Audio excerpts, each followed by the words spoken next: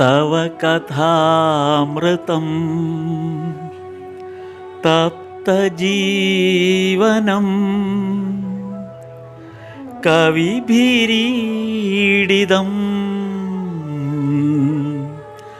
കൽമഷാപഹം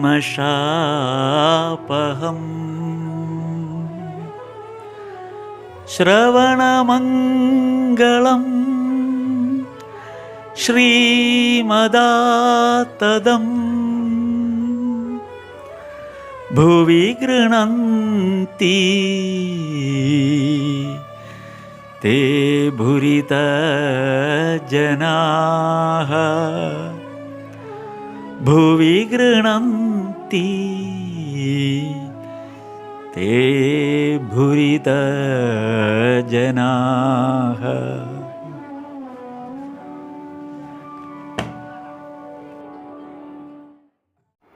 സർവധർമ്മസ്വരൂപിണേ അവതാരവരിഷ്ഠായ രാമകൃഷ്ണായ തേ നമഃ.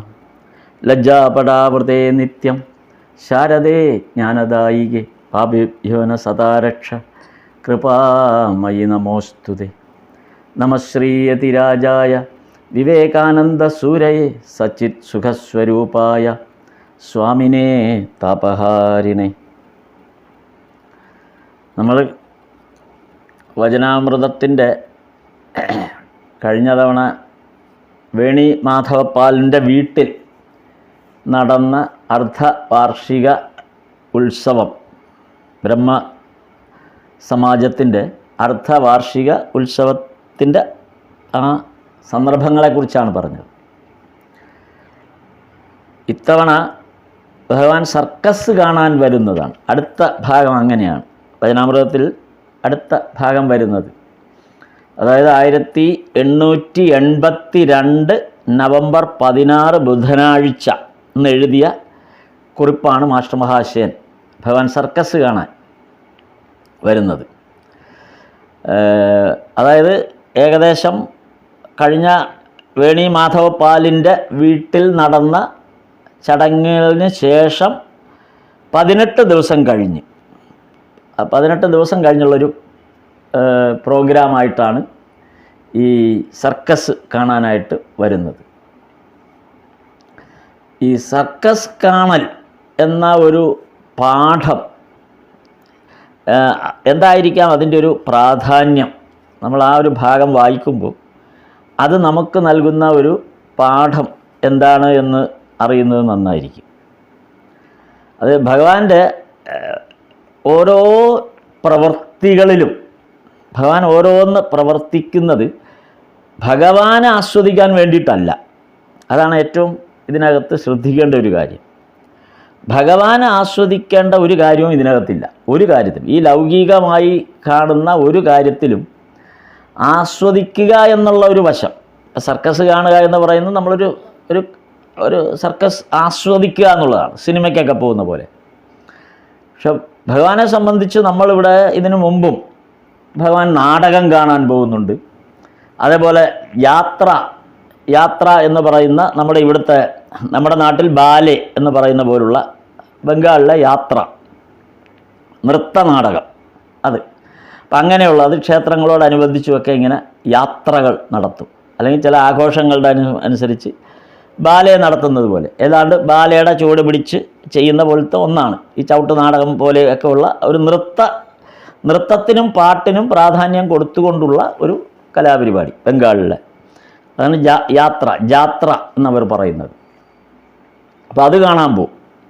അപ്പോൾ ഈ സർക്കസ് കാണുക, ജാത്ര കാണുക, നാടകം കാണുക, എന്നാൽ യഥാർത്ഥത്തിൽ ഇതൊന്നും പോയി ഭഗവാൻ ഒന്നും കാണുന്നില്ല എന്നുള്ളതാണ്. ആ പോകുന്ന ഓരോ സന്ദർഭത്തിലുള്ള കാര്യങ്ങൾ പിന്നീട് വിശദീകരിക്കുമ്പോൾ നമുക്ക് മനസ്സിലാവും ഭഗവാൻ ഇതൊന്നും കണ്ടിട്ടേയില്ല. കാരണം ഭഗവാൻ ഒരു പ്രത്യേകത നമുക്ക് വേണ്ടി പ്രകടിപ്പിക്കുന്നത് ഓരോ കാഴ്ചകളും ഈശ്വര സാക്ഷാത്കാരത്തിനുള്ള ഒരു മാർഗം എന്നുള്ള നിലയിലാണ് ഭഗവാൻ ഈ ഓരോ കാഴ്ചയെയും നമുക്ക് വിശദീകരിച്ചു തരുന്നത്. അതിപ്പോൾ നാടകമായാലും ഈ സർക്കസ് ആയാലും എല്ലാം ഭഗവാന്റെ കാഴ്ചയിലെല്ലാം ഒരേ പ്രകടനമാണ്. നാടകത്തിനോ സർക്കസിനോ യാത്രയ്ക്കോ ഒന്നും വ്യത്യാസമൊന്നുമില്ല, എല്ലാം ഒരേ പ്രകടനമാണ്.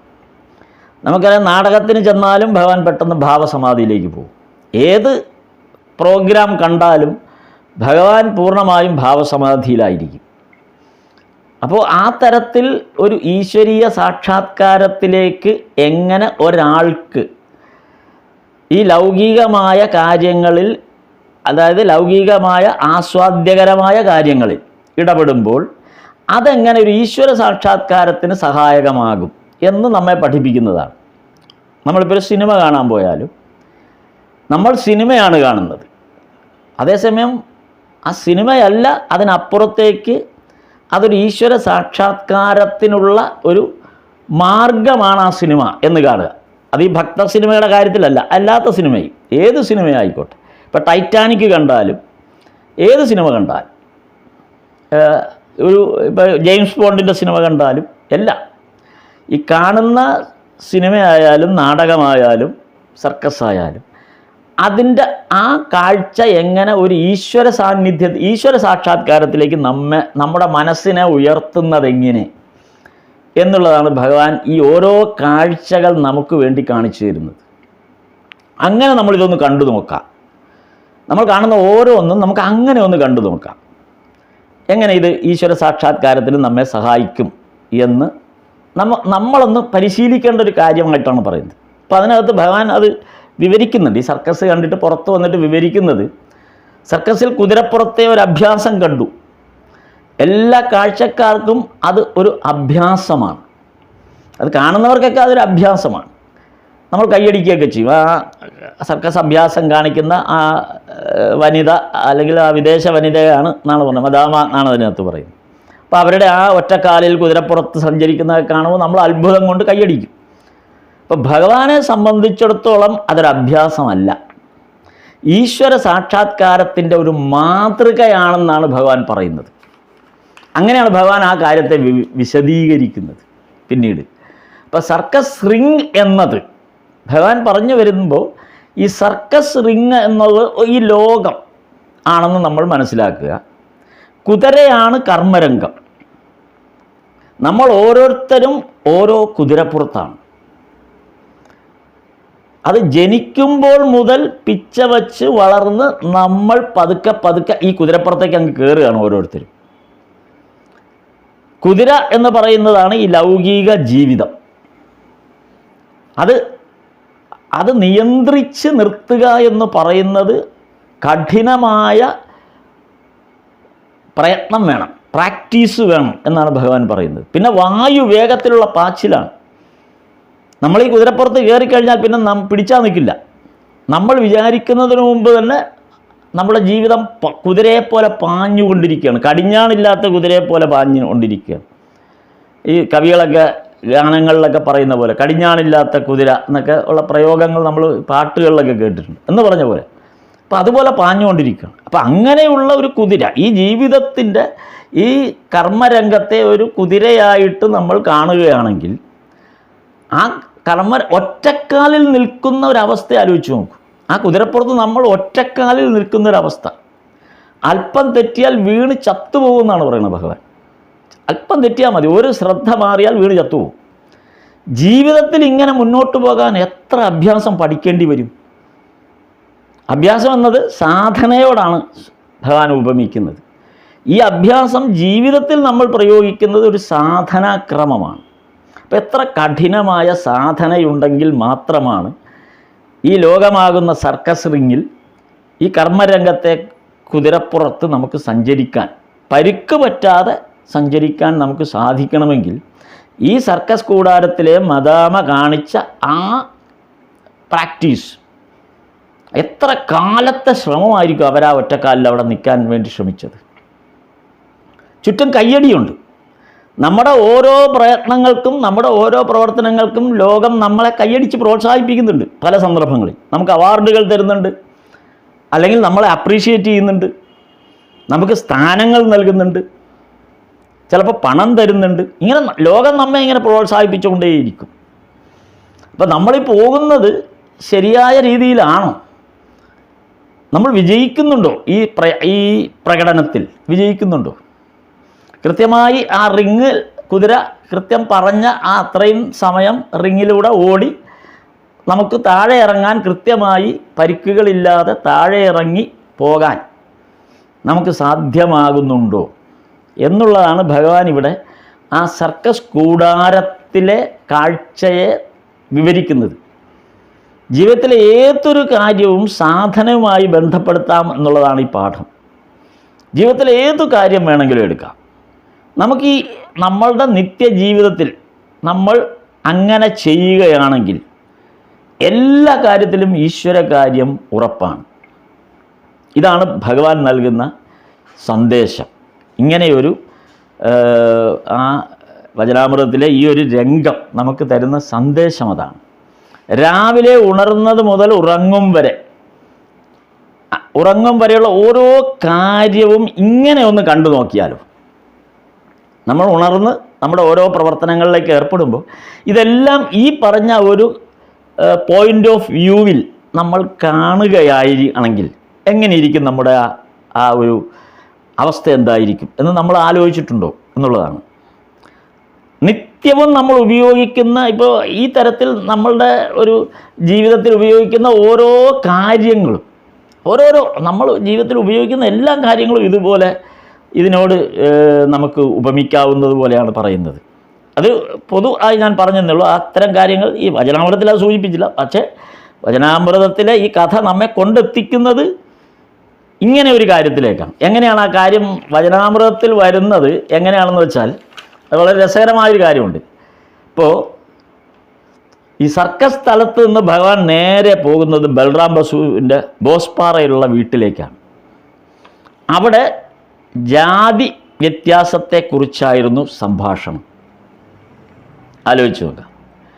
അവിടെ ഒരു ജാതി വ്യത്യാസത്തെക്കുറിച്ചായിരുന്നു സംഭാഷണം.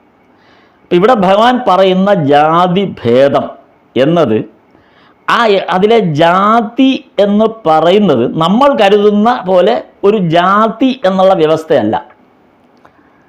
ഈ പ്രയോഗം മറ്റു പലയിടത്തും ഭഗവാൻ ഈ വചനാമൃതത്തിൽ പലയിടത്തും ഭഗവാന്റെ ഇത്തരത്തിലുള്ള പ്രയോഗങ്ങൾ കാണാൻ പറ്റും. അപ്പം നമ്മൾ കരുതുന്ന ഒരു ജാതി എന്നുള്ള അർത്ഥത്തിലല്ല അത് വരുന്നത്. പിന്നെയോ ഇവിടെ ജാതി എന്ന് പറയുന്നത് സ്റ്റേറ്റ് ഓഫ് മൈൻഡ് എന്നതാണ്. സ്റ്റേറ്റ് ഓഫ് മൈൻഡ് എന്നുള്ളതാണ് ഇവിടെ ജാതി എന്നുള്ളതുകൊണ്ട് ഉദ്ദേശിക്കുന്നത്. അത് ഭഗവാൻ പിന്നീട് വരുന്ന പല ഭാഗങ്ങളിലെയും വിശദീകരണങ്ങൾ കൂട്ടി വായിക്കുമ്പോഴാണ് നമുക്ക് ഈ ഒരു ഇങ്ങനെയൊരു അർത്ഥത്തിലേക്ക് വരാൻ പറ്റുന്നത്. അല്ലെങ്കിൽ എന്ത് പറ്റും, ഉപരിപ്ലവമായി നമ്മൾ വായിക്കുമ്പോൾ നമ്മൾ ജാതി വ്യവസ്ഥയെക്കുറിച്ച് വായിക്കും. പെട്ടെന്ന് ജാതിയിൽ നമ്മളിപ്പോൾ നിലവിലിരിക്കുന്ന നമ്മുടെ സാമൂഹിക ചുറ്റുപാടിലുള്ള ജാതി എന്ന് പറയുന്ന തരത്തിലുള്ള ആ ഒരു ഘടനയിലേക്ക് നമ്മൾ അറിയാതെ ചെന്നുപെടും. പക്ഷേ ഇത് പൂർണ്ണമായി പല ഭാഗങ്ങളിലൂടെ ഭഗവാന്റെ ഈ ഡിസ്ക്രിപ്ഷൻസിലൂടെ നമ്മൾ കടന്നു പോകുമ്പോൾ മനസ്സിലാവും ഇവിടെ ഭഗവാൻ ഉദ്ദേശിക്കുന്ന ജാതി എന്ന് പറയുന്നത് സ്റ്റേറ്റ് ഓഫ് മൈൻഡ് എന്നുള്ളതാണ്. അതായത് മനസ്സ്, ആത്മാവ്, ദേഹവും തമ്മിലുള്ള ബന്ധത്തെയാണ് സൂചിപ്പിക്കുന്നത്. നമ്മൾ ജാതി എന്ന് പറയുന്നത് തികച്ചും ദേഹസംബന്ധിയാണ്. ജാതി ദേഹസംബന്ധി മാത്രമാണ്. അത് ശങ്കരാചാര്യരുടെ ആ കഥയിൽ അത് സൂചിപ്പിക്കുന്നുണ്ട്. മാറി നിൽക്ക് എന്ന് ചണ്ടാലനോട് പറയുമ്പോൾ മാറേണ്ടത് ഞാനാണോ എന്ന് ആ ചോദ്യം വരുന്നുണ്ട്. അപ്പോൾ ആ ഈ ജാതി എന്ന് പറയുന്നത് തികച്ചും ദേഹസംബന്ധിയായിട്ടാണ് നമ്മൾ കണക്കിലെടുക്കുന്നത്. പക്ഷേ മനസ്സിനും അല്ലെങ്കിൽ ആത്മാവിനും ഇതിലെന്താണ് ജാതി എന്നുള്ളത് എവിടെ വരാനാണ്? അതിനകത്ത് വരുന്നതേയില്ല. ഈ മനസ്സും ആത്മാവും ഒരിക്കലും ജാതി എന്ന് പറയുന്ന ഒരു ഘടനയിലേക്ക് വരുന്നതേയില്ല. കാരണം ഒരു ദേഹം ആത്മാവ് സ്വീകരിക്കുമ്പോൾ ആ ദേഹം എവിടെ, എങ്ങനെ, ഏതവസ്ഥയിൽ എന്നതാണ് നമ്മുടെ പരിഗണന. ഒരു ദേഹം ആത്മാവ് സ്വീകരിക്കുന്ന സമയത്ത് ആ ദേഹം എവിടെയാണ്, എങ്ങനെയാണ്, ഏതവസ്ഥയിലാണ് എന്നതാണ് നമ്മുടെ പരിഗണനയിലുള്ളത്. അപ്പോൾ ദേഹസംബന്ധമായ അവസ്ഥയിൽ നിന്ന് വേറിട്ട് നിൽക്കണമെങ്കിൽ, ഈ ദേഹസംബന്ധിയായ ഒരു കാര്യത്തിൽ നിന്ന് വേറിട്ട് നിൽക്കണമെങ്കിൽ, അതായത് ദേഹം ഒരിക്കലും ആനന്ദം അനുഭവിക്കുകയോ ദുഃഖം അനുഭവിക്കുകയോ ചെയ്യുന്നില്ല. ശരിയല്ലേ? ദേഹം ഒരിക്കലും ഇതൊന്നും അനുഭവിക്കുന്നില്ല. നമ്മുടെ ഈ ശരീരം ഇതൊന്നും അനുഭവിക്കുന്നില്ല. ദുഃഖം അനുഭവിക്കുന്നില്ല, ആനന്ദം അനുഭവിക്കുന്നില്ല, ഒന്നും അനുഭവിക്കുന്നില്ല. അതിൻ്റെ അനുഭവതലം ദേഹത്തിലല്ല, പക്ഷേ മനസ്സിലാണ്, ആത്മാവിലാണ്. അനുഭവതലം പ്രകടമാകുന്നത് ആത്മാവിലാണ്, അല്ലെങ്കിൽ മനസ്സിലാണ്. പക്ഷെ മനസ്സിൻ്റെ അനുഭവതലത്തിനനുസരിച്ച് ദേഹം പ്രവർത്തിക്കുകയും ചെയ്യും. അതാണ് ദേഹത്തിൽ ഇത് പ്രകടമല്ല. പക്ഷെ ദേഹം സുഖത്തിനോ ദുഃഖത്തിനോ ഒന്നും ദേഹം അനുഭവിക്കുന്നില്ല. ദേഹം അത് അനുഭവേദ്യമാകുന്നില്ല. ആ മീഡിയ എന്ന് പറയുന്നത് അനുഭവേദ്യമാകുന്നില്ല. പക്ഷെ അവിടെ മനസ്സ് അനുഭവിക്കുന്നുണ്ട്. അപ്പം മനസ്സ് എന്തനുഭവിക്കുന്നു അതനുസരിച്ച് ആ തലത്തിലാണ്, ഈ മനസ്സിൻ്റെ അനുഭവ തലത്തിനനുസരിച്ച് ദേഹം പ്രവർത്തിക്കാൻ തുടങ്ങും. അങ്ങനെയെങ്കിൽ മനസ്സിനെ മെരിക്കാൻ എന്താണ് ഒരു വഴി? ഇപ്പം ഭഗവാൻ അവിടെ പറയുന്നത്, ബല്ലാബോസിൻ്റെ വീട്ടിൽ വന്നിട്ട് ഈ സർക്കസ് കണ്ടതിന് ശേഷം വന്ന് പറയുന്ന ആ വിവരണങ്ങളുടെ ഒരു ഭാഗമാണ് ഞാനീ പറഞ്ഞത്. അതിന് ഈ മനസ്സിനെ മെരുക്കാൻ പിന്നെ എന്താണ് മാർഗം? കാര്യം മനസ്സ് ചലിക്കുന്നതനുസരിച്ച്, അല്ലെങ്കിൽ മനസ്സ് പ്രതികരിക്കുന്നതിനനുസരിച്ച് ദേഹം ചലിക്കാൻ തുടങ്ങും. ദേഹത്തിന് നേരിട്ട് ഒന്നിനോടും സംബന്ധമില്ല, അല്ലെങ്കിൽ ഇത് അനുഭവിക്കുന്നില്ല. ദേഹം നേരിട്ട് അനുഭവിക്കുന്നില്ല ഒരു കാര്യം, മനസ്സാണ് അനുഭവിക്കുന്നത്, അല്ലെങ്കിൽ മനസ്സാണ് ചിന്തിക്കുന്നത്. അപ്പം മനസ്സ് ചിന്തിക്കുന്നതനുസരിച്ച് ദേഹം പ്രവർത്തിക്കാൻ തുടങ്ങും. അങ്ങനെയാണെങ്കിൽ ദേഹത്തെ എങ്ങനെ ശരിയായ ദിശയിൽ പ്രവർത്തിപ്പിക്കാൻ എന്താണ് മാർഗം എന്നാണ് ഭഗവാൻ അവിടെ ആ കൂടിയവരോട് പറഞ്ഞു കൊടുക്കുന്നത്. അതിന് ഭഗവാൻ പറഞ്ഞ ഒരു പോംവഴിയാണ്, അത് ഭക്തി മാത്രമാണ് എന്ന് ഭഗവാൻ പറയുന്നു.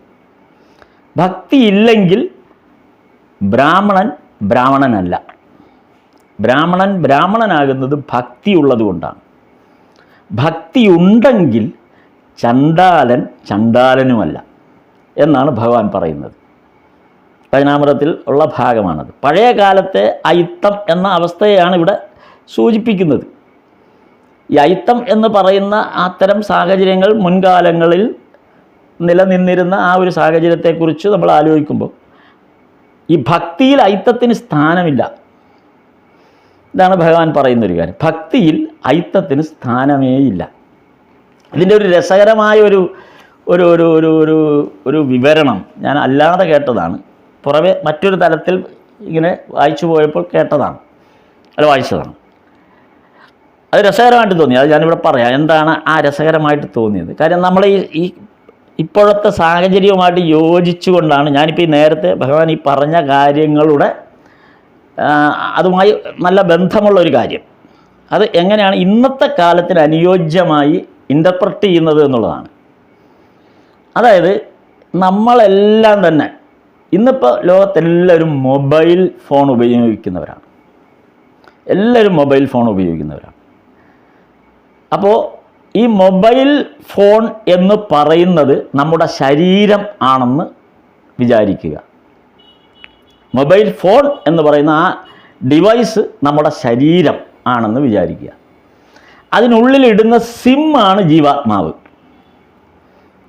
അതാണ്, അങ്ങനെ നമ്മൾ അതിനെ ഒന്ന് കാണുക. അപ്പോൾ കാണാൻ കുറച്ചുകൂടെ എളുപ്പം, നമുക്ക് മനസ്സിലാക്കാൻ കുറച്ചുകൂടെ എളുപ്പമുണ്ട്. ഈ നേരത്തെ പറഞ്ഞ, അതായത് ഈ ദേഹത്തിൻ്റെ പ്രവർത്തനവും മനസ്സിൻ്റെ പ്രവർത്തനവും തമ്മിലുള്ള ആ ഒരു ഘടനയെ നമുക്ക് മനസ്സിലാക്കാൻ ഈ ഒരു ഉദാഹരണം നല്ല രസകരമാണെന്ന് എനിക്ക് തോന്നിയതുകൊണ്ട് ഞാൻ പറയാം. അപ്പോൾ ഈ മൊബൈൽ ഫോൺ എന്ന് പറയുന്ന ഡിവൈസാണ് നമ്മുടെ ശരീരം. അതിനകത്ത് കിടക്കുന്ന സിമ്മാണ് നമ്മുടെ ജീവാത്മാവ്. അപ്പോൾ ഓരോ ദിവസവും എന്തെന്ത് കാര്യങ്ങളാണ് നമ്മൾ ഈ മൊബൈലിൽ സ്റ്റോർ ചെയ്യുന്നത്. എല്ലാ ദിവസവും ഒരുപാട് പാട്ടുകൾ സ്റ്റോർ ചെയ്യും, അല്ലെങ്കിൽ അങ്ങനെ ഓരോരോ പ്രോഗ്രാംസ് സ്റ്റോർ ചെയ്യും. നമുക്ക് ഇഷ്ടമുള്ളതൊക്കെ, നമുക്ക് ഏറ്റവും താല്പര്യമുള്ളതെല്ലാം നമ്മൾ സ്റ്റോർ ചെയ്യും. ഇതിൻ്റെ ഏറ്റവും വലിയൊരു തമാശ എന്ന് വെച്ചാൽ, നമ്മൾ ഏത് കാര്യം മനസ്സിൽ വിചാരിക്കുന്നു അതെല്ലാം നമ്മുടെ ഈ ഇതിലേക്ക് കൊണ്ടുതരും, നമ്മുടെ മുമ്പിലേക്ക് എത്തിച്ചു തരും. പിന്നെ നമ്മൾ കാണുന്നതെല്ലാം നമ്മൾ ഈ താല്പര്യപ്പെട്ട കാര്യങ്ങളോ സംസാരിച്ച കാര്യങ്ങളോ നമുക്ക് ഏറ്റവും ഇഷ്ടമെന്ന് തോന്നിയ കാര്യങ്ങളുടെ ഒരു വലിയ ശ്രേണി തന്നെ നമുക്ക് ഈ മാധ്യമത്തിലൂടെ നമ്മളുടെ അടുത്ത് നമുക്ക് കൊണ്ടുതരും. നമ്മുടെ അനുവാദമില്ലാതെ തന്നെ അത് വന്നുകൊണ്ടേയിരിക്കും. അത് നമുക്കെല്ലാം അനുഭവമുള്ളതാണ്. അങ്ങനെയാണ്. അപ്പോൾ നമ്മൾ അതിൽ നിന്ന് കുറേയൊക്കെ എടുത്ത് നമ്മുടെ ഈ മൊബൈലിൽ സ്റ്റോർ ചെയ്യും. പിന്നീട് എപ്പോഴെങ്കിലുമൊക്കെ ഇതെടുത്ത് വെച്ചിങ്ങനെ കണ്ടുകൊണ്ടിരിക്കും.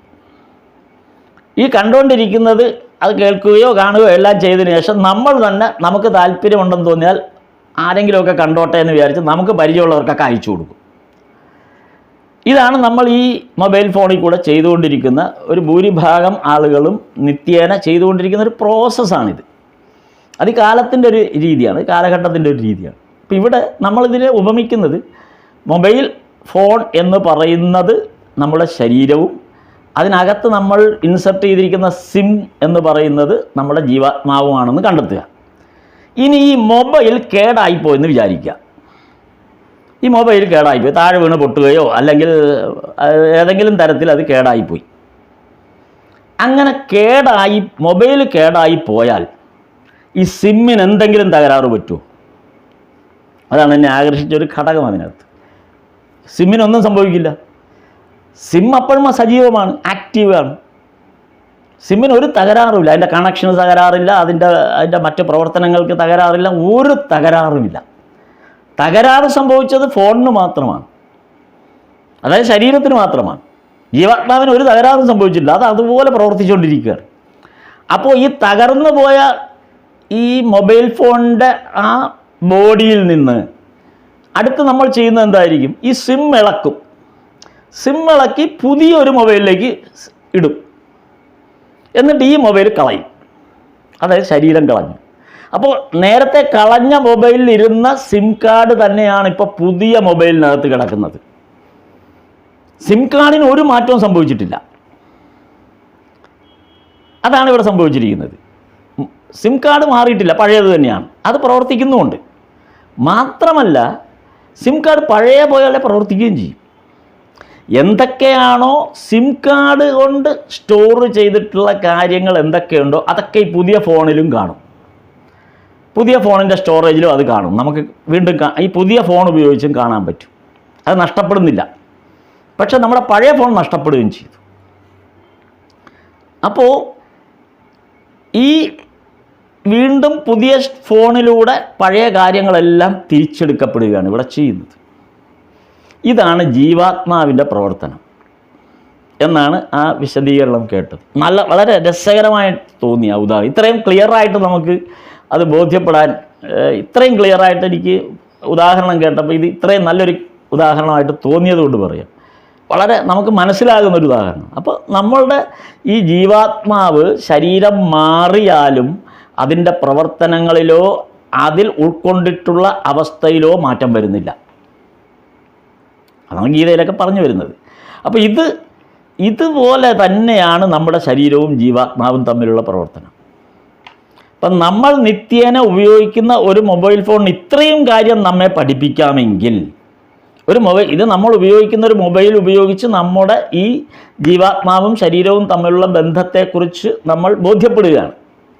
അതായത് നിത്യേന ഈ ഭഗവാൻ സർക്കസ് കണ്ടിട്ട് ആ സർക്കസിലെ ഓരോ കാഴ്ചയും എങ്ങനെയാണ് നമ്മുടെ നിത്യജീവിതത്തിൻ്റെ ഓരോ ഘടനയിലേക്കും ഉദാഹരണമായി പറയുന്നത്. ഭഗവാൻ ഫോട്ടോ സ്റ്റുഡിയോയിൽ പോയപ്പോൾ, സുരേന്ദ്രനാഥ മിത്രയുടെ കൂടെ ഫോട്ടോ സ്റ്റുഡിയോയിൽ പോയപ്പോൾ അവിടെ ആ ഫോട്ടോ എടുക്കുന്ന പ്രോസസ്സ് കണ്ടിട്ട് ഭഗവാൻ തിരിച്ചു വന്നപ്പോൾ ആ ഫോട്ടോ എടുത്ത പ്രോസസ്സ് അല്ല ഭഗവാൻ സംസാരിക്കുന്നത്.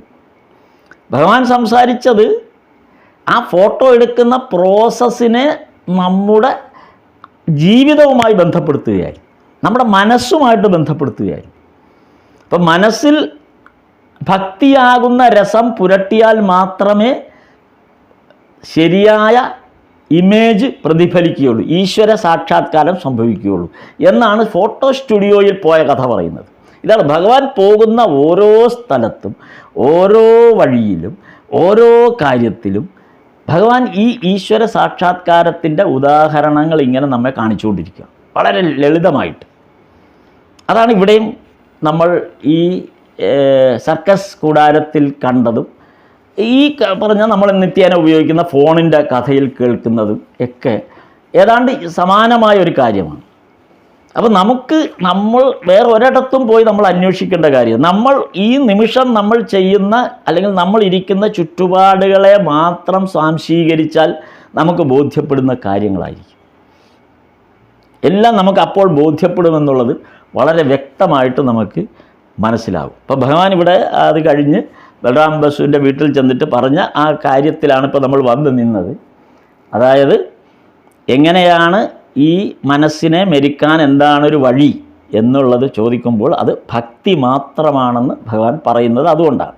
അപ്പം ഭക്തിയാണ് പ്രധാനമായിട്ടും ഒരാളെ നിലനിർത്തുന്ന ഒരു പ്രധാന ഘടകം എന്ന് ഭഗവാൻ നമ്മെ വ്യക്തമായി ഇവിടെ സൂചിപ്പിക്കുകയാണ് ചെയ്യുന്നത്. പക്ഷെ നമുക്കെന്താണ് ഒരു കുഴപ്പം സംഭവിച്ചത്? അതും ഭഗവാൻ വിവരിക്കുന്നുണ്ട്.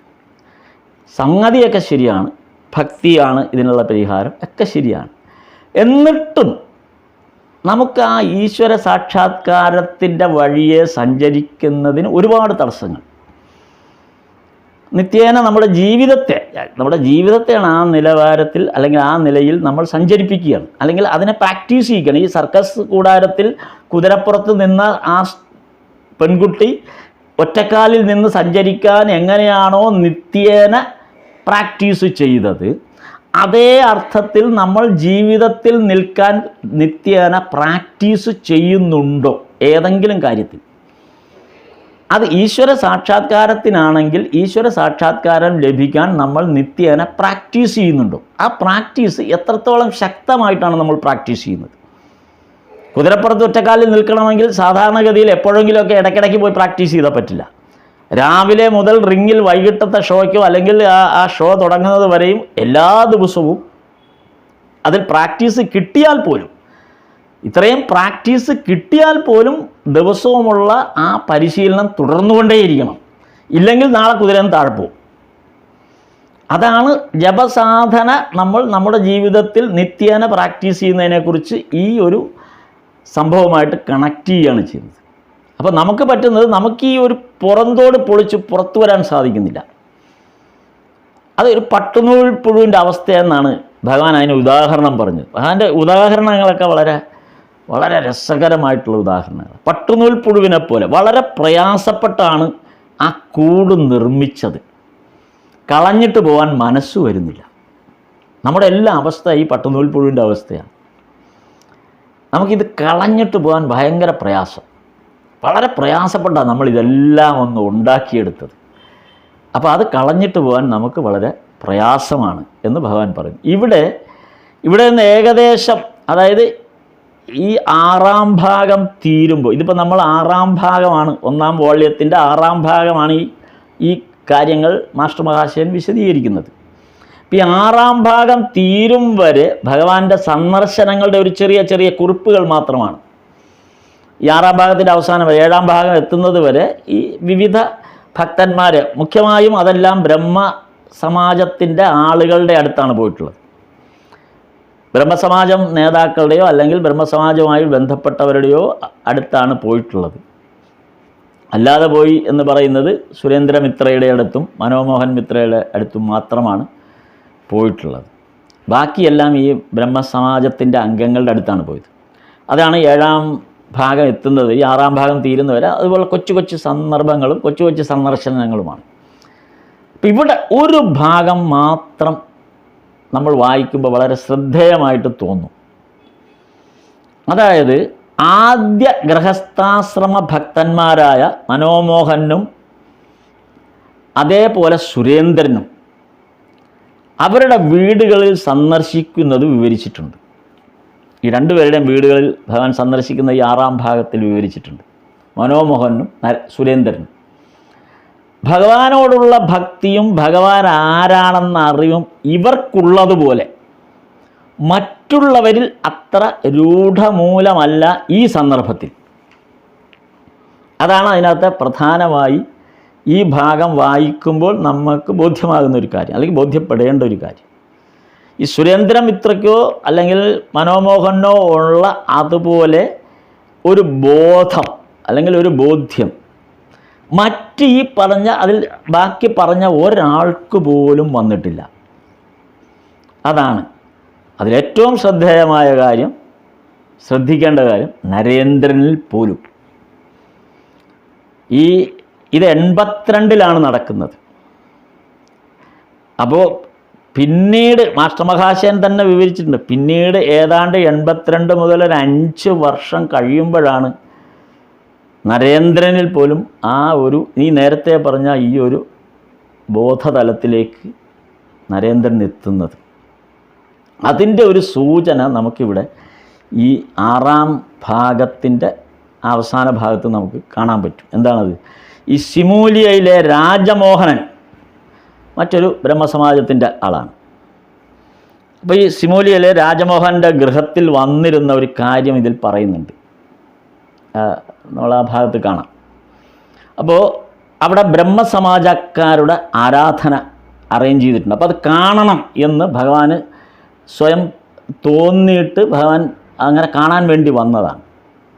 അതിനൊരു പ്രധാന കാരണം ആ രാജമോഹൻ്റെ ഗൃഹത്തിൽ ബ്രഹ്മസമാജക്കാരുടെ ആരാധന നടത്തുന്നത് യുവാക്കളാണ് അത് നടത്തുന്നത്. അതിൽ പലരും അതിനകത്ത് പ്രധാനമുണ്ട്, പേരുകൊണ്ട് പലരെയും അതിനെ സൂചിപ്പിക്കുന്നില്ലെങ്കിലും നരേന്ദ്രൻ ഉൾപ്പെടെയുള്ള ചെറുപ്പക്കാരാണ് അത് സംഘടിപ്പിച്ചിരിക്കുന്നത്. അപ്പം അതുകൊണ്ടാണ് ഭഗവാന് ആ ബ്രഹ്മസമാജത്തിൻ്റെ ആരാധന നടത്തുന്നത് കാണണം എന്നുള്ള ഒരു ആഗ്രഹം ഭഗവാനുണ്ടായത്. അപ്പോൾ നരേന്ദ്രൻ അപ്പോൾ അതിൽ നമ്മൾ മനസ്സിലാക്കുന്നത് നരേന്ദ്രൻ അപ്പോൾ ബ്രഹ്മസമാജത്തിൻ്റെ പ്രവർത്തനങ്ങളുമായി ബന്ധപ്പെട്ട് നിൽക്കുന്ന ചെറുപ്പക്കാരനാണ്. ഇപ്പം ഈ സന്ദർഭത്തിന് തൊട്ട് മുമ്പ് ഭഗവാന്റെ അടുത്ത് നരേന്ദ്രൻ എത്തിയിട്ടുണ്ട്. അതിനെക്കുറിച്ച് ഉള്ള ചില വിവരണങ്ങൾ പിന്നീട് വരുന്നുണ്ട്. ഏതാണ്ട് ഒരേ സന്ദർഭമാണ് ഈ 82 എന്ന് പറയുന്നത്, എല്ലാം ആ ഒരു സന്ദർഭമാണ്. ഭഗവാനെ കാണാൻ എത്തുന്നതും അല്ലെങ്കിൽ മനസ്സിലാക്കാൻ എത്തുന്നതും, മനസ്സിലാക്കി എന്നല്ല, ഇങ്ങനെ ഭഗവാനെക്കുറിച്ച് അറിഞ്ഞ് ദക്ഷിണേശ്വരത്തേക്ക് ഇടയ്ക്കിടയ്ക്ക് വന്നുകൊണ്ടിരിക്കുന്ന ആ ചെറുപ്പക്കാരുടെ ഒരു സംഘത്തിൽ ഒരാൾ എന്നുള്ള നിലത്തിൽ. പക്ഷെ നരേന്ദ്രനുണ്ട്, എവിടെയെങ്കിലും നരേന്ദ്രനുണ്ട് എന്നറിയുമ്പോൾ ഭഗവാന് ഭയങ്കര സന്തോഷമാണ്. ഭഗവാൻ അത് വല്ലാത്ത തരത്തിലുള്ള സന്തോഷമാണ്. അപ്പോൾ ഈ സന്ദർഭത്തിൽ ഭഗവാനോടൊപ്പം ഉണ്ട് എന്ന് പറയുന്നത് ഈ അന്തരംഗ ശിഷ്യന്മാർ എല്ലാവരും ഒന്നും ആ സന്ദർഭത്തിൽ വന്നിട്ടൊന്നുമില്ല. ബാബുറാം ഈ സന്ദർഭത്തിലാണ് വരുന്നത്. പ്രേമാനന്ദ സ്വാമികളിൽ നിന്ന് പിന്നീട് നമ്മൾ വിളിച്ച ബാബുറാം ഈ സന്ദർഭത്തിലാണ് അവിടെ വന്നത്. അതേപോലെ ശാരദാനന്ദ സ്വാമി ഈ ഒരു സന്ദർഭത്തെക്കുറിച്ച് ശാരദാനന്ദ സ്വാമി വിവരിക്കുന്നതാണ്. അത് ഈ ഒരു സന്ദർഭത്തെ ശാരദാനന്ദ സ്വാമി ലീലാമൃതത്തിൽ ശാരദാനന്ദ സ്വാമി വിവരിക്കുന്നുണ്ട്. അതിങ്ങനെയാണ്. ഈ ശാരദാനന്ദ സ്വാമിയോട് അന്ന് നരേന്ദ്രൻ പറയുന്നതായിട്ടാണ്. അന്ന് ഇവരെല്ലാം ചെറുപ്പക്കാരാണല്ലോ, ചെറുപ്പക്കാർ സംഘമാണ്. അപ്പം നരേന്ദ്രൻ അന്നേ പറയുന്നൊരു കാര്യമുണ്ടായിരുന്നു. അത് രാത്രി ഉറങ്ങാൻ കിടന്നാൽ 2 തരം സ്വപ്നം കാണും. നരേന്ദ്രൻ ഇവരെ പറഞ്ഞ് ബോധ്യപ്പെടുത്തുന്നതാണ്, ശരത്തിനെയും എല്ലാം പറഞ്ഞ് ബോധ്യപ്പെടുത്തുന്നതാണ്. രാത്രി ഉറങ്ങാൻ കിടന്നാൽ 2 തരം സ്വപ്നം കാണും. ഒന്ന്, അളവറ്റ ഭൂസ്വത്തിൻ്റെ പ്രമാണിയായി ജീവിക്കുന്നു എന്നുള്ള ഒരു സ്വപ്നം. മറ്റൊന്ന്, ഏതോ ഒരു മരച്ചുവട്ടിൽ കിടന്നുറങ്ങുന്ന ഒരു കൗപീനധാരിയായ ഒരു സന്യാസി, അവധൂതനെ പോലുള്ള ഒരു സന്യാസിയെപ്പോലെ വെറും കൗപീനം ധരിച്ച് ഏതോ ഒരു മരത്തിൻ്റെ ചുവട്ടിൽ കിടക്കുന്ന ഒരു സ്വപ്നം. ഇങ്ങനെ ഈ 2 സ്വപ്നങ്ങളും എല്ലാ രാത്രിയിലും ഉറങ്ങുമ്പോൾ മാറി മാറി മാറി മാറി കണ്ടുകൊണ്ടിരിക്കുന്ന ഒരു പതിവായി മാറി. ഇവരെ പറഞ്ഞ് കൂട്ടുകാരെ, മറ്റ് ചെറുപ്പക്കാരെ പറഞ്ഞ് അങ്ങനെ അവരുമായിട്ട് ആശയവിനിമയം നടത്തുമ്പോൾ പറഞ്ഞതാണ്. എന്നിട്ട് പറഞ്ഞു, ഈ 2ാമത്തെ സ്വപ്നമാണ് തൻ്റെ ഹൃദയം കവർന്നത്. ഈ അളവറ്റ ഭൂസ്വത്തിൻ്റെ ഉടമയായിരിക്കുന്നു എന്നുള്ള സ്വപ്നം അദ്ദേഹത്തിന് ഒട്ടും ഇഷ്ടപ്പെട്ടില്ല. പക്ഷേ ഈ 2ാമത്തെ സ്വപ്നമാണ് ഏറ്റവും എൻ്റെ ഹൃദയത്തെ കീഴടക്കിയത് എന്ന് നരേന്ദ്രൻ ഇവരോട് പറയുകയാണ്, ശരത്തിനോടൊക്കെ. അപ്പോൾ ഇതേ തുടർന്നുണ്ടായൊരു സംഭവമാണ് അദ്ദേഹത്തെ ബ്രഹ്മസമാജത്തിലേക്ക് ആകർഷിച്ച് നിർത്തിയത്. അതാണ് ബ്രഹ്മസമാജത്തിൽ വന്ന് നരേന്ദ്രൻ എന്തുകൊണ്ടാണ് ആ ചെറുപ്പക്കാരിങ്ങനെ അന്വേഷിച്ച് നടക്കുകയാണ്. ഇവർ ഓരോരോ അവരുടെ ഒരു അന്വേഷണത്തിൻ്റെ വഴിയാണിതെല്ലാം. അപ്പം നരേന്ദ്രൻ ബ്രഹ്മസമാജത്തിൽ എത്താനുണ്ടായ കാരണം എന്ന് പറഞ്ഞത് ഈ ഒരു കാര്യം വെച്ചിട്ടാണ്. അപ്പോൾ ബ്രഹ്മസമാജത്തിൽ ആകർഷിച്ച് നിർത്തിയത് എന്തുകൊണ്ട് എന്ന് ചോദിച്ചാൽ അതിന് നരേന്ദ്രൻ ഒരു മറുപടി പറഞ്ഞു. എന്തുകൊണ്ടാണ് ഇങ്ങനെ ഒരു സന്യാസിയെപ്പോലെ ഏതോ മരച്ചുവട്ടിൽ ഉറങ്ങുകയൊക്കെ ചെയ്യുന്ന, അല്ലെങ്കിൽ ഇങ്ങനെ തീർത്ഥാടനം നടത്തുന്ന ഒരു രൂപത്തിൽ കാണുന്ന സ്വപ്നം എൻ്റെ മനസ്സിനെ കീഴടക്കി? ഇത് മറ്റാരോടും പറഞ്ഞിട്ടില്ല, യാദൃച്ഛികമായിട്ട് ഇവരോട് പറയുകയാണ്, ഈ ശരത്തിനോടൊക്കെ പറയുകയാണ്. അപ്പോൾ അതാണ് എന്നെ ഈ ബ്രഹ്മസമാജത്തിൽ എത്തിച്ചത് എന്ന് നരേന്ദ്രൻ പറഞ്ഞു. എന്താണ് അതിൻ്റെ അങ്ങനെ ആരുടെ അടുത്താണ് എത്തിച്ചത്, എന്താണ് അതിൻ്റെ കാരണം എന്ന് വെച്ചാൽ, ദേവേന്ദ്രനാഥ ടാഗോറിനെ കാണാനായിട്ട് ഒരു ദിവസം പോയി. അദ്ദേഹമാണല്ലോ ബ്രഹ്മസമാജത്തിൻ്റെ അപ്പോഴത്തെ വലിയ നേതാവൊക്കെയാണ്, ആദി ബ്രഹ്മസമാജത്തിൻ്റെ നേതാവാണ്. അപ്പോൾ ഏറ്റവും തലമുതിർന്ന അവിടുത്തെ ബംഗാളിലെ ഏറ്റവും ആദരണീയനായ ഒരു മഹാമനുഷ്യൻ, ടാഗോർ ഫാമിലി, രവീന്ദ്രനാഥ് ടാഗോറിൻ്റെയൊക്കെ അച്ഛൻ. അപ്പോൾ ദേവേന്ദ്രനാഥ ടാഗോറിനെ കാണാനായിട്ട് പോയി. അപ്പോൾ യോഗിയുടെ സകല ലക്ഷണങ്ങളും ഞാൻ നിന്നിൽ കാണുന്നു എന്ന് ദേവേന്ദ്രനാഥ് ടാഗോർ കണ്ടപ്പോഴേ പറഞ്ഞു. അപ്പോൾ ഇത് ഒരാൾ ആ രീതിയിലൊരു സ്വപ്നം കാണുന്നു, ആ സ്വപ്നം കാണുന്ന സന്ദർഭത്തിൽ തന്നെ ഈ ഒരിടത്ത് ചെല്ലുമ്പോൾ തലമുതിർന്ന ഒരാൾ പറയുന്നു, നിന്നെ കണ്ടപ്പോൾ ഒരു യോഗിയുടെ ലക്ഷണം ഞാൻ കാണുന്നു എന്നാണ് പറഞ്ഞത്. അങ്ങനെയാണ് ധ്യാന അഭ്യാസത്തിൽ കൂടുതലായി മനസ്സ് വെക്കാൻ പറഞ്ഞത്. ധ്യാനത്തിൽ കൂടുതൽ മനസ്സ് വെക്കാനായിട്ട് അതൊരു അഭ്യാസമായിട്ടെടുത്തുകൊണ്ട്, അതൊരു പരിശീലനമായിട്ടെടുത്തുകൊണ്ട് ധ്യാനിക്കുക എന്നുള്ളതൊരു പരിശീലനമായി മാറി. അപ്പം അതിലേക്ക് കൂടുതൽ ശ്രദ്ധ കൊടുക്കാൻ നരേന്ദ്രനെ പ്രേരിപ്പിച്ച ഒരു ഘടകം ദേവേന്ദ്രനാഥ ടാഗോറിൻ്റെ ഈ സംസാരമായിരുന്നു. ഇത് നരേന്ദ്രൻ തന്നെയാണ് പറയുന്നത്. ഇതേ തുടർന്ന് നരേന്ദ്രൻ ഒരു പ്രത്യേക കഴിവ് തന്നെ ഉണ്ടായി. അത് ശരത്ത് ഇതിൽ സപ്ലിമെൻ്റ് ചെയ്ത് പറയുന്നതാണ്. അതെന്താണെന്ന് വെച്ചാൽ, എന്തെങ്കിലും വായിക്കണമെന്ന് വെച്ചാൽ, ഈ ഒരു സാധനാക്രമം ആരംഭിച്ചപ്പോൾ നരേന്ദ്രൻ പങ്കുവച്ച ഈ വിശേഷത്തെക്കുറിച്ച് കൂടുതലായിട്ട് പറയുന്നതാണ്. അപ്പോൾ ഈ സാധനാക്രമങ്ങൾ, ഈ ധ്യാനാവസ്ഥ കൂടുതൽ കൂടുതൽ കൂടുതൽ പ്രാക്ടീസ് ചെയ്തപ്പോൾ നരേന്ദ്രനിലുണ്ടായ ഒരു മാറ്റം എന്തെന്ന് വെച്ചാൽ, എന്തെങ്കിലും വായിക്കുകയാണെങ്കിൽ ആ വായിക്കുന്ന ഭാഗത്തിൻ്റെ ആദ്യത്തെ ഒരു പാരഗ്രാഫിൻ്റെ ആദ്യത്തെ വരിയും അവസാനത്തെ വരിയും മാത്രം വായിച്ചാൽ മതി, അത് മുഴുവൻ മനസ്സിലാവും. ഇങ്ങനൊരവസ്ഥയിലേക്ക് എത്തി. അപ്പോൾ വായനയുടെ അളവ് കൂടാൻ തുടങ്ങി. അപ്പോൾ സംഭവിച്ചതെന്താ, ഇതെല്ലാം ഹൃദിസ്ഥമാകുകയാണ്. ആദ്യത്തെ വരിയും കാണും, അവസാനത്തെ വരിയും മാത്രം നോക്കിയാൽ മതി, ഉടൻ തന്നെ ഹൃദിസ്ഥമായി. അപ്പോൾ ഈ പേജുകൾ കൂടാൻ തുടങ്ങി. ഒരേ സമയം വായനയുടെ പേജുകൾ കൂടാൻ തുടങ്ങി. അത് പറയുമ്പോൾ എനിക്ക് പെട്ടെന്ന് ഓർമ്മ വന്നത്, നമ്മൾ അന്തരിച്ച മഹാനായ എഴുത്തുകാരൻ MT വാസുദേവൻ നായർ പറഞ്ഞൊരു വാക്കാണ്. ഒരു ദിവസം 300ഓളം പേജുകളാണ് താൻ വായിച്ചുകൊണ്ടിരുന്നത്. ചിന്തിക്കാൻ പറ്റും, ഒരു ദിവസം 300ഓളം പേജുകൾ ആണ് വായിച്ചുകൊണ്ടിരുന്നത്. ഡോക്ടറെ ഇടയ്ക്ക് കണ്ടപ്പോൾ, പ്രായാധികമൊക്കെ വന്ന് ഡോക്ടറെ കണ്ടപ്പോൾ ഡോക്ടറോട് പറഞ്ഞത്, ഡോക്ടർ എനിക്കിപ്പോൾ വായിക്കാൻ പറ്റുന്നില്ല, ഇപ്പോൾ എനിക്ക് ഒരു ദിവസം 30 പേജേ വായിക്കാൻ പറ്റുന്നുള്ളൂ. നോക്കൂ, അത് തന്നെ വലിയൊരളവാണ്. ഒരു ദിവസം 300 പേജ്. MT തൻ്റെ ഈ സുദീർഘമായ 92 വയസ്സ് അല്ലേ, 92 വയസ്സായി, 93 വയസ്സും കണ്ടാണ് നിര്യാതന. ഈ 9 പതിറ്റാണ്ട് കാലത്തെ ജീവിതം, അതിൽ തന്നെ ഒരു 17 വയസ്സ് മുതൽ എഴുത്തിൻ്റെ മേഖലയിൽ പ്രഗത്ഭനായിക്കഴിഞ്ഞു. അപ്പോൾ ഏതാണ്ട് ഒരു 70 വർഷം സമ്പൂർണ്ണമായി എടുത്താൽ 70 വർഷം, 70 വർഷത്തെ തൻ്റെ സാഹിത്യ ജീവിതത്തിനിടയിൽ 4 നോവൽ എഴുതിയിട്ടുള്ളൂ. കുറച്ച് ചെറുകഥകളെ എഴുതിയിട്ടുള്ളൂ, 10-20 ചെറുകഥകളെ എഴുതിയിട്ടുള്ളൂ. ബാക്കി സമയം മുഴുവനും വായനയുടെ പക്ഷത്തായിരുന്നു. വായന ഇത് തന്നെയായിരുന്നു ചെയ്തുകൊണ്ടിരുന്നത്. ഇപ്പോൾ MT മകളുമായിട്ട് നടക്കുന്ന ഒരു സംഭാഷണത്തിൽ അത് പറയുന്നുണ്ട്. ഇതുപോലെയാണ്. കാരണം പിന്നീട് ഈ വായനയുടെ ഒരു ഘടന, ഈ ഒരു പ്രാക്ടീസ് കൂടി വന്നപ്പോൾ ആ ഒരു പേജ് എടുക്കുമ്പോൾ തന്നെ ആ മുഴുവൻ കണ്ടൻറ്റും മനസ്സിലേക്ക് എത്തുകയാണ്. ഒരു പേജ് ഇങ്ങനെ മുന്നിലോട്ട് വെച്ചാൽ മതി, കണ്ടൻറ്റ് മുഴുവൻ മനസ്സിലേക്ക് എത്തുകയാണ്. ഇതാണ് നരേന്ദ്രന് തൻ്റെ അനുഭവമായിട്ട് പറഞ്ഞത്. കാരണം ആദ്യമൊക്കെ ഒരു പാരഗ്രാഫിൻ്റെ ആദ്യത്തെ വരിയും അവസാനത്തെ വരിയുമായിരുന്നെങ്കിൽ പിന്നീട് ഒരു പേജിൻ്റെ ആദ്യത്തെ വരിയും അവസാനത്തെ വരിയുമായി, പിന്നെ 4 or 5 പേജിൻ്റെ ആദ്യത്തെ വരിയും അവസാനത്തെ വരിയുമായി.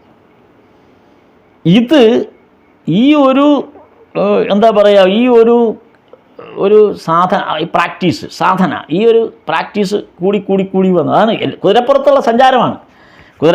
സർക്കസിലെ കുതിരപ്പുറത്ത് മദാമ ചെയ്ത കാര്യമാണ് ഈ ചെയ്യുന്നത്, പരിശീലനം. ഇതിങ്ങനെ കൂടി വന്നപ്പോൾ അതിൻ്റെ ഉണ്ടായ ഏറ്റവും വലിയൊരു ഗുണഫലമായി സ്വാമിജി തന്നെ പിന്നീട് ചിക്കാഗോ സന്ദർശനമെല്ലാം കഴിഞ്ഞ് വന്നപ്പോൾ ബോധ്യപ്പെടുത്തിയ അല്ലെങ്കിൽ പറഞ്ഞ ഒരു വിശേഷം, ഈ ചിക്കാഗോ സമ്മേളനത്തിൽ സ്വാമിജി പ്രസംഗിക്കാനായിട്ട് അവസരം കിട്ടിയപ്പോൾ അതിനു മുമ്പേ തയ്യാറാക്കി വച്ചിരുന്ന കുറേ ഡീറ്റെയിൽസ് ഉണ്ടായിരുന്നു. അവിടെ പോകുമ്പോൾ പ്രസംഗിക്കാനായിട്ട് തയ്യാറാക്കി വെച്ച കുറേ ഡീറ്റെയിൽസ് ഉണ്ടായിരുന്നു. കംപ്ലീറ്റ് സാധനവും പോയി, ഒരൊറ്റ സാധനം കയ്യിലില്ലാതായി, കംപ്ലീറ്റ് നഷ്ടപ്പെട്ടു പോയി. അപ്പോൾ ചിക്കാഗോ വേദിയിലേക്ക് ചെന്ന് ഇരിക്കുന്നത് വെറും ബ്ലാങ്ക് ആയിട്ടാണ്. ഒന്നും ഈ മനസ്സിൽ കരുതി വെച്ച കാര്യങ്ങളൊക്കെ പോയി, ഇനി ഒന്നുമില്ല, ബ്ലാങ്കാണ് ഇരിക്കുന്നതൊക്കെ. അന്നത്തെ കാലത്തെ ബ്രഹ്മസമാജത്തിൻ്റെ ഘടാഘടിയന്മാർ ഉൾപ്പെടെയുള്ള ഭയങ്കര സംഭവങ്ങളാണ് അവിടെ ഇരിക്കുന്നതല്ല. അപ്പോൾ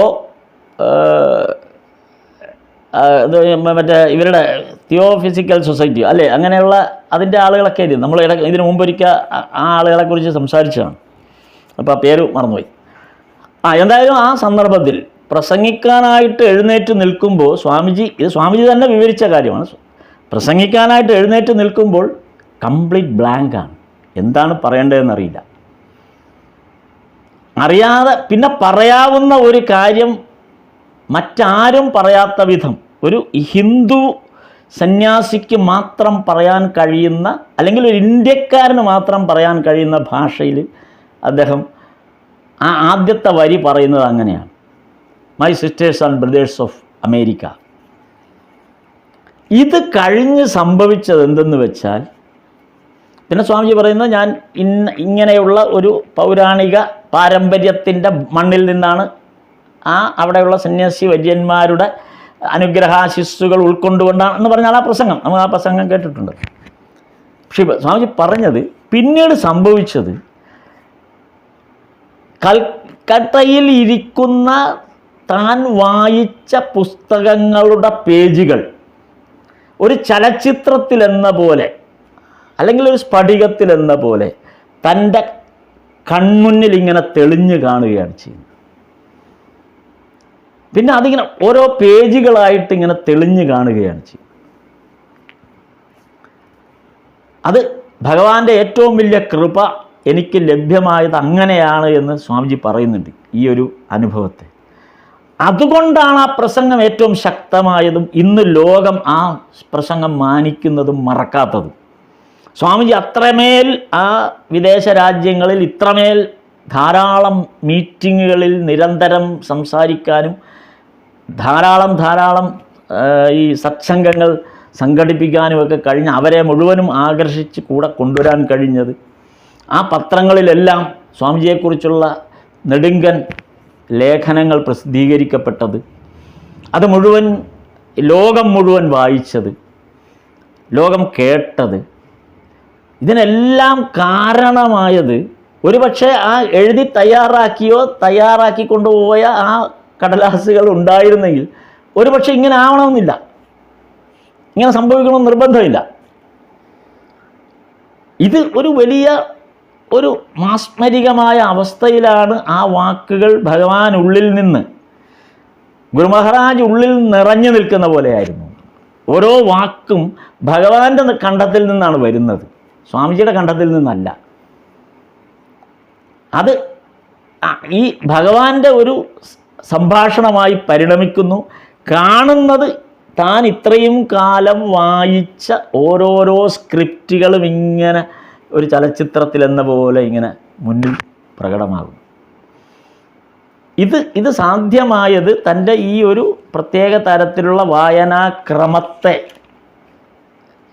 കണ്ടതുകൊണ്ടാണ് എന്ന് സ്വാമിജി ഇത് പിന്നീട് ഇവിടെ വന്ന് ഈ മറ്റ് പ്രസംഗങ്ങളിൽ ഇന്ത്യയിൽ വന്നപ്പോൾ ഇത് സൂചിപ്പിച്ചിട്ടുണ്ട്. അപ്പോൾ അവിടെ എന്ത് പറയണമെന്ന് ഉള്ള ആ സാഹചര്യത്തെ, അത് ഒരു ഈശ്വര സാക്ഷാത്കാരത്തിൻ്റെ പ്രതിഫലനമാകാൻ കാരണം സ്വാമിജി തൻ്റെ ജീവിതത്തിൽ ഉൾക്കൊണ്ട ഓരോ കാര്യങ്ങളും ഭഗവാൻ നൽകിയ ഈ ഉപദേശം. ഏതുപദേശം? ഇന്ന് നമ്മളിപ്പോൾ ഈ വചനാമൃതത്തിൽ മാസ്റ്റർ മഹാശയൻ എഴുതി വച്ചിരിക്കുന്ന ആ ഉപദേശങ്ങൾ. ഓരോ കാഴ്ചയെയും നമ്മൾ എങ്ങനെയാണ് നമ്മുടെ മനസ്സിൽ ഈശ്വരനുമായിട്ട് കണക്ട് ചെയ്യുന്നത്.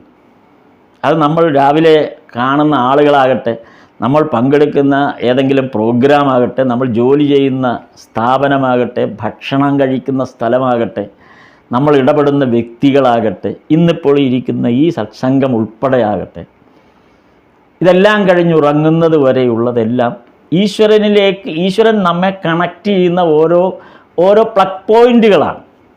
ഇതിലെവിടെയാണ് ഈശ്വര സാക്ഷാത്കാരത്തിൻ്റെ ആ ഒരു കണക്ഷൻ എന്ന് മാത്രമേ നമ്മൾ കാണുന്നുള്ളൂ, മറ്റൊന്നും കാണുന്നില്ല. അല്ലെങ്കിൽ അങ്ങനെയല്ല കാണേണ്ടത്.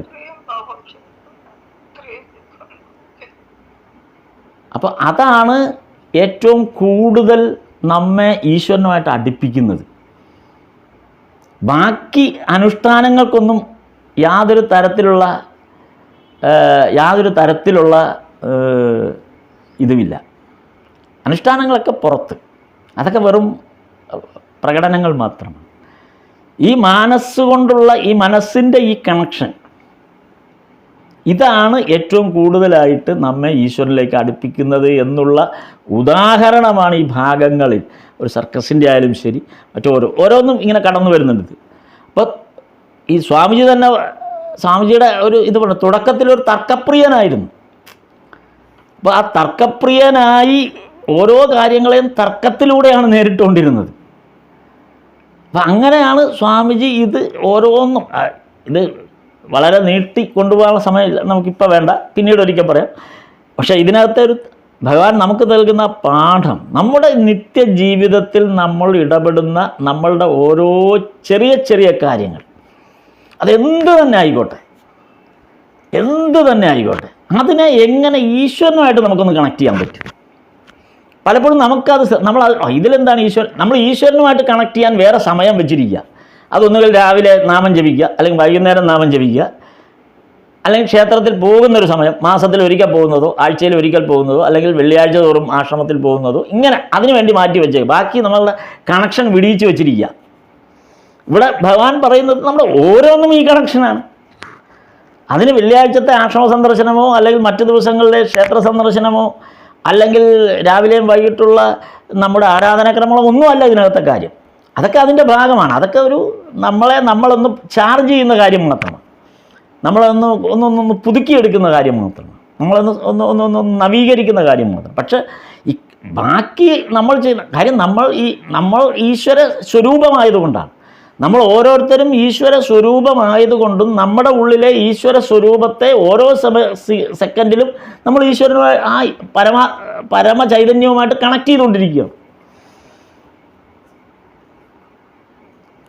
അതാണ് നമ്മളുടെ വിജയം എന്ന് പറയുന്നത്. അതാണ് ഈ ചെറിയ ഭാഗം, ഈ 6-ാം ഭാഗം പലപ്പോഴും വളരെ വിപുലമായൊരു ഒരു അർത്ഥതലത്തിലേക്ക് നമ്മെ കൊണ്ടുപോകുന്നതാണ് ആ ഭാഗം. ബാക്കി നമുക്ക് അടുത്ത ദിവസം തുടരാം. സ്ഥാപകായ ച ധർമ്മസ്യ സർവധർമ്മസ്വരൂപിണി അവതാരവരിഷ്ഠായ രാമകൃഷ്ണായ തേ നമഃ.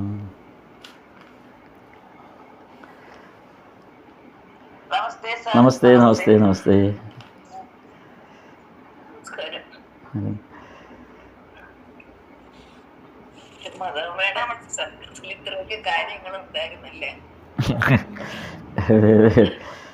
എന്നും പറയുന്നതാണത്. നാളെ വായിക്കുമ്പോൾ വേറെ എന്തെങ്കിലും കൂടെ കാണുമായിരിക്കും. അത് ഒരു വലിയ ആഴക്കടലല്ലേ നമുക്ക്. അത് വലിയ അതെ നമ്മൾ അതിൽ കണക്ട് ചെയ്താൽ പിന്നെ നമ്മൾ ആ വഴിക്ക് തന്നെ കൊണ്ടുപോയിക്കൊണ്ടിരിക്കും. നമുക്ക് പിന്നെ അവിടെ നിന്ന് മാറേണ്ട ആവശ്യമില്ല. നമ്മൾ എന്താ പറയുക, ഒരു ഈ ആനന്ദത്തിനകത്ത് നമ്മളിങ്ങനെ നിലനിർത്തുകയാണ് ചെയ്യുക. നമ്മൾ വേറെ ഒന്നും അനുഭവിക്കുന്നത്, നമ്മളൊന്നും അറിയുന്ന പോലുമില്ല വേറെ കാര്യങ്ങൾ. അതാണ് അതിനകത്തെ കാര്യം. ഹാപ്പിനെസ് മാത്രം, ഭഗവാന്റെ രൂപം മാത്രം, വചനാമൃതം മാത്രം, ആ പേജുകൾ മാത്രം, അതിലുള്ള വരികൾ മാത്രം. ഗംഭീരമാണത്.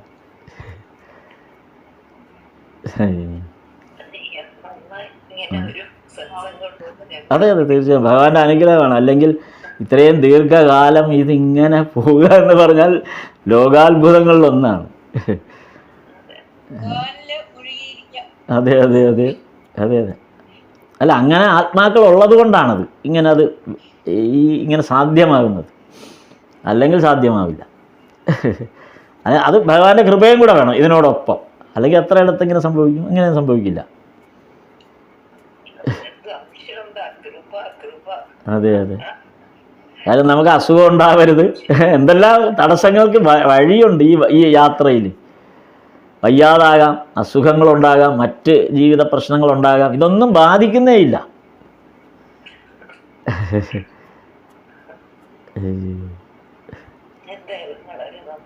നാമം ജപിക്കാം, നാമം ജപിക്കാം, നാമം. ഓം ശ്രീ രാജാദേവി നമഃ. ഓം ശ്രീ രാജാദേവി നമഃ. ഓം ശ്രീ രാജാദേവി